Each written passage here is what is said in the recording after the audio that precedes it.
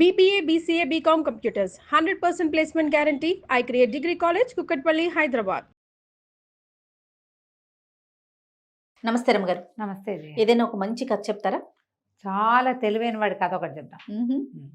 ఇవాళ రేపు తెలివైన వాళ్ళంటే ఎవరు జయ జనరల్గా? అసలు నీ ఐడియా? నా ఐడియా ఏంటంటే ఎవరితోనూ ఇష్యూ లేకుండా తన పని తను కామ్గా చేసుకుంటూ పోతూ గొడవలు గోలలు ఇలాంటివి లేకుండా అదే తన లైఫ్ ఒక సెటిల్మెంట్ ఉండేలాగా నేను అనుకుంటానండి. పాలిష్డ్గా చెప్తున్నా. నాకు తెలిసిన లాంగ్వేజ్ అంటే రమ్మగారు తెలివిగా తెలివి. నువ్వు తెలివిగా చెప్తున్నావు. తెలివి అంటే ఎంతటి వాడినైనా బోల్తా కొట్టించేయటం తెలివి. అదా తెలివి అంటే? అదే మరి తెలివి అంటే. అది తెలివి అంటే లేకపోతే మార్కులు రావడం, నా జీవితాన్ని నేను జీవిస్తా అంటాను తెలివి ఏమిటి? అది అందరూ చేస్తారు. అది అది మంచి తెలివి రమ్మగారు. మంచే చెడా అడిగానా నేను అడగలేదు. అది కాదు కదా తెలివి అంటే ఏమిటి? ఎవరినైనా సరే పల్లి కొట్టించేయటం, బోల్తా కొట్టించేయటం. అది అదే చేయలేదు. చెప్పండి. తెలివితేటలంటే మామూలుగా మన జనరల్ తెలివితేటలు చేయ మంచి మార్కులు, ఎన్ని మార్కులు వచ్చినాయి వాడి భలే జీకే. ఏ విషయం మాట్లాడినా వాడు మాట్లాడేస్తాడు, అదొక తెలివి. ఏ పరీక్షలో అయినా వాడికి మార్కులు వచ్చేస్తాయి, వాడి ర్యాంక్ వచ్చేస్తుంటుంది, అది ఇంకో తెలివి. ఏ పని చెప్పినా చేసేస్తాడు, అది ఇంకో తెలివి. ఎక్కడికి వెళ్ళినా నెగ్గుకొస్తాడు, అది ఇంకో తెలివి. ఎన్నున్నాయి చూడు తెలివి. అదే కదా. ఇన్ని తెలుగులతో పాటు అష్ట తెలుగులు అంటాం మనం.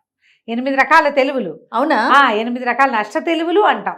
8 రకాల తెలుగుల్లో ఆఖరిది అన్నిటికంటే చాలా అద్భుతమైనది ఏంటంటే ఎవరినైనా పల్టీ కొట్టించడం. ఎవరికైనా వాళ్ళు బుట్ల పెట్టేస్తారు. వీళ్ళు ఎవరినైనా బుట్ల పెడతారు. కొంతమంది ఉంటారు చూడు అట్లా అతి తెలివి కలిగిన వాడు. దాన్ని తెలివి కాదు, అతి తెలివి. అతి తెలివి వాడు ఒకటి కథ చెప్తాం. ఓ ఊళ్ళో ఒక కుర్రాడు ఉండేవాడు. వాడు భలే చురుకు.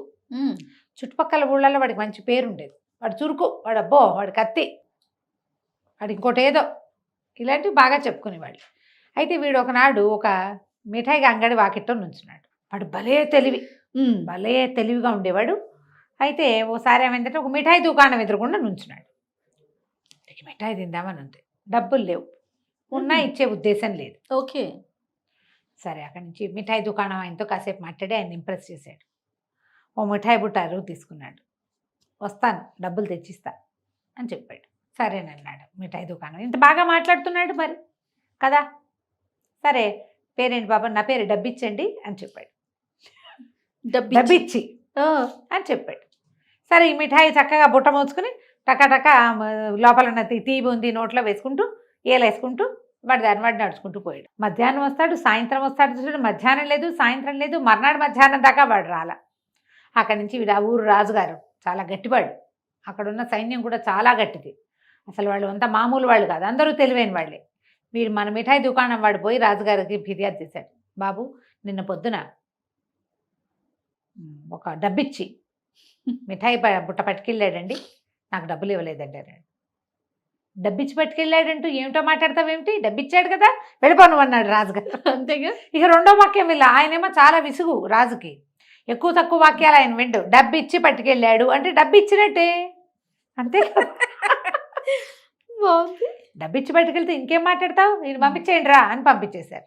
వాడు రాజుగారిని చూడడానికి ఒక స్వీట్ డబ్బా పట్టుకొచ్చాడు. స్వీట్ డబ్బా దిగబడిపోయింది, ఆయన వెళ్ళిపోయాడు. ఈ స్వీట్ డబ్బా కూడా వేస్టే, పనేం అవ్వలేదు. వాడికి ఏం చేయాలో తెలియలే.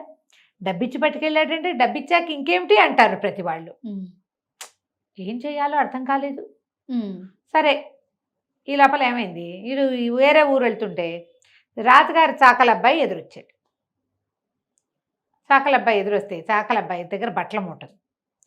వీడేం చెప్పాడు, ఆ మూట బుట్ట ఉంది కదా, మిఠాయి బుట్ట. ఒరే, అక్కడ ఫ్రీగా మిఠాయి బుట్టలు పంచి పెడుతున్నాడు రా, నువ్వు తెచ్చుకోలేదా? నువ్వు చూడు, నేను తెచ్చుకుని తింటున్నాను. ఒక గుప్పెడు మిఠాయి ఎత్తి వీడి చేతిలో పెట్టాడు.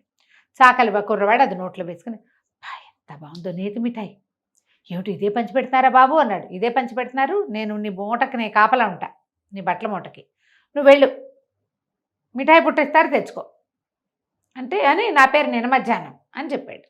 నిన్న మధ్యాహ్నం బాగున్నాయి. వీడు పోయాడు. అక్కడ మిఠాయి బుట్టలు ఏమీ లేవు, వెనక్కి వచ్చేసరికి మూట లేదు, నిన్న మధ్యాహ్నం కూడా లేదు, వాడు లేడు. ఏం చేయాలో తెలియలేదు వీడికి. మూట లేకపోతే ఇప్పుడు రాజుగారి బట్టలు సాయంత్రానికి అప్పచెప్పద్దు. రాజుగారి దగ్గరికి పోయాడు. నిన్న మధ్యాహ్నం నా మూట పోయిందండి, నిన్న మధ్యాహ్నం దగ్గర వదిలిపెట్టాను, నిన్న మధ్యాహ్నం నుంచి వీడు చెప్పడానికి ట్రై చేస్తున్నాడు. ఇప్పుడు నిన్న మధ్యాహ్నం అనేది ఎలా ఉంది, పేరుగా లేదు. నిన్న ఆ, ఎవరు పట్టుకెళ్ళారు ఉండదు, నిన్న మధ్యాహ్నం అండి అన్నాడు. నిన్న మధ్యాహ్నం పట్టుకెళ్తే ఇప్పుడు వచ్చి చెప్తావా నువ్వు నాకు?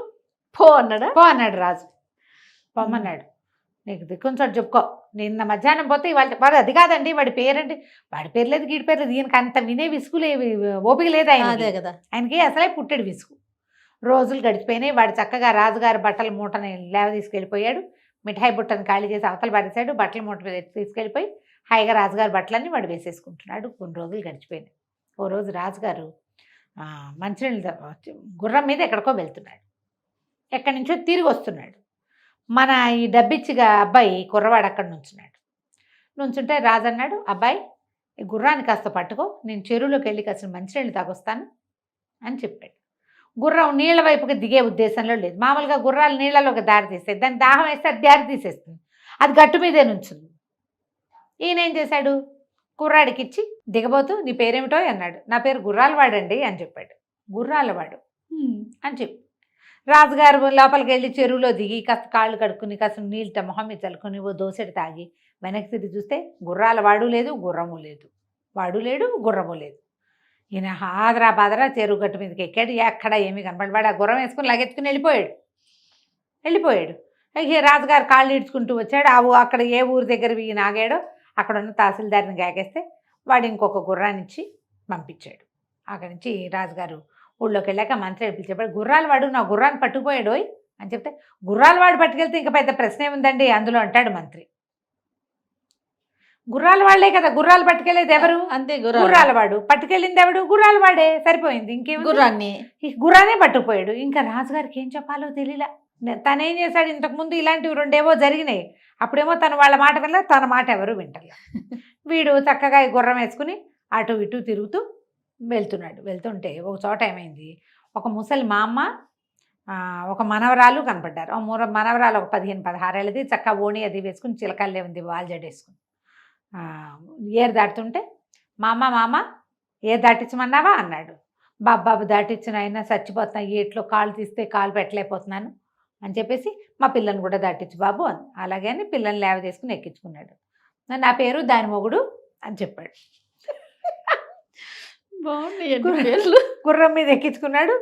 గుర్రం దాటాక ఏరు దాటాక ముసలిమామ ఇంకా ఏటు కట్టుకుని కూర్చుంది, వస్తాడు అనుకుంటుంది. మన 2 అడుగులు వేసింది నీళ్ళల్లోకి, మన వల్ల కాదనుకున్నారు.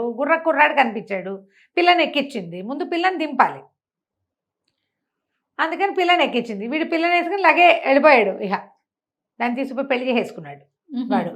ఈ ముసలిమామ ఓ పూటంతా చూసింది, గుర్రం లేదు, మనవరాలు లేదు. అక్కడి నుంచి లబో దిబోమని ఏడ్చింది. దాని మొగుడు దాన్ని లేవ తీసుకుపోయాడో అని ఏడ్చింది. అందరూ రాజుగారి దగ్గర మోసిపోయారు ముసలమ్మని. నా మనవరాలను ఎవడో తీసుకుపోయాడండి. ఎవరు తీసుకుపోయారు అన్నాడు. దాని మొగుడు అండి.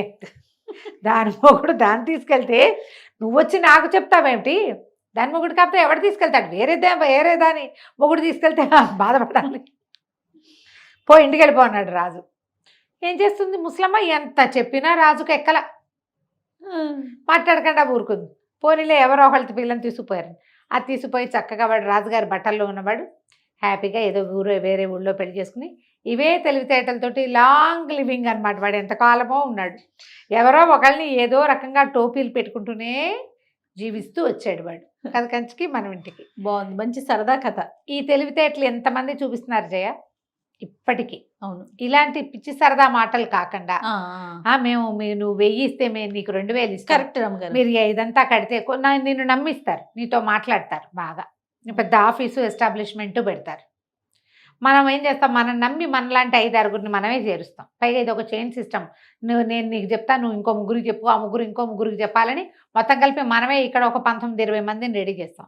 మన డబ్బే వాడెవడికో ఉచితార్థం వచ్చేది 10,000 అయినా చాలు కదా, అంతేగా, పట్టుకెళ్ళిపోతారు. ఇలాగే కదా మనం మాటలకేగా పడిపోతాం. మనం అలా చూడు, అడ్వర్టైజ్మెంట్స్ చూస్తాం. అద్భుతమైన నూనె, అద్భుతమైన కూర, అద్భుతమైన వంట, అద్భుతమైన వస్తువులు, దానిలా పనిచేసేది అదే తప్పిస్తే ఇంకేదీ లేదని కార్ల దగ్గర నుంచి బ్లేడ్ల దాకా చూపిస్తారు మనకి. అది వాడాక వాడుతుందా లేదా, నిజంగా వాడు చెప్పినంత సీన్ దీనికి ఉందా లేదా, దానివల్ల మనకు ఆరోగ్యమా ఇంకోటి అనేది అప్పుడు కదా మనకు తెలిసేది. అవును, మనం సులువుగా మాటలకి పడిపోతాం కదా. అవునండి. మనం కొనే చాలా వస్తువులు, మనం వాడే చాలా విషయాలు అన్నీ కూడా మనం మాటలకి పడే తీసుకుంటాం. అవును. మరి ఇప్పుడు వాళ్ళందరివి ఇవే తెలివితేటలు కదా చేసే వాళ్ళందరివి. ఖచ్చితంగా ఇప్పుడు అది కరెక్టా కాదా? కరెక్ట్ ఎలా అవుతుంది రమ్మగారు? కాదు, కానీ అదేగా మన లోకం ఇప్పుడు. లోకం తీరలా ఉంది. ఎదుటి వాళ్ళు మోసం చేసే దాంట్లో లోకం తీరలా ఉంది. తీరలా అంతే. ఉంది. పైగా మనం అందరూ- తెలివిగా ఉండటమే మనం తెలివిగా ఉండటం ఇంపార్టెంట్. అంతే. కథ కంచికి మనం ఇంటికి. రైట్ అండి. నమస్తే. నమస్తే.